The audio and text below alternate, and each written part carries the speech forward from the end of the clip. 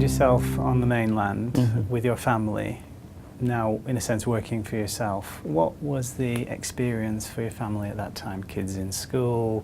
Was Beverly working? Just talk us through. Yeah, the experience, people will often ask me, how do you cope with the language? Because this is always the challenge, the language. Portuguese as a language is never described as being a simple language. It's a classic language. As you get to know the language, it's beautiful. But people, the assumption is it's the language that's going to be your biggest challenge. But incidentally, but interestingly enough, it's not. It's not the language. It has more to do with the mentality of the people. Culturally, they're completely different to the country where you've come from. I, having come from South Africa, came from an Anglo-Saxon background. So that was the big challenge. How would we adapt to this lifestyle? The Portuguese lifestyle is a very calm, easy-going lifestyle. I often say to people, the thing that makes you love the country could eventually give you a heart attack, just because things happen, but they happen in their time, in their own time. And what we often try to do is when we arrive in country, we bring all of our habits to this country and we want to impose them on the local population. So the best advice that was given to me at the time was take a step back, relax, get into the flow, and you will see it will go a lot better for you.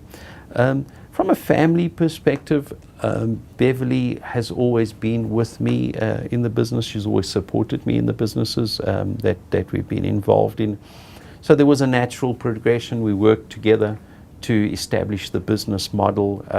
We had the challenges again, the language. We actually took a year, we set a year aside to set up the foundation of the business. So again, I was a startup in my life at the age of 45 years old. But it was a great time because I took all these years of experience that I had and I thought, well, hang on, let me now apply all this experience that I have. We looked at the market and we realized that for us to be focused towards the Portuguese market or the Portuguese economy, there were two things that worked against us. The one, that we were still learning the culture. Secondly, the command of the language. And I also felt that the economy was a small one. So given the fact that we were English speaking, that we had this experience, this international experience, we thought, well, let's go into a market where we can be of use to both our client on both sides. The English language is the one that directed us. We initially started in the English market or in the British market, attracting British families to Portugal to invest, essentially as second homes, as holiday homes. But there was this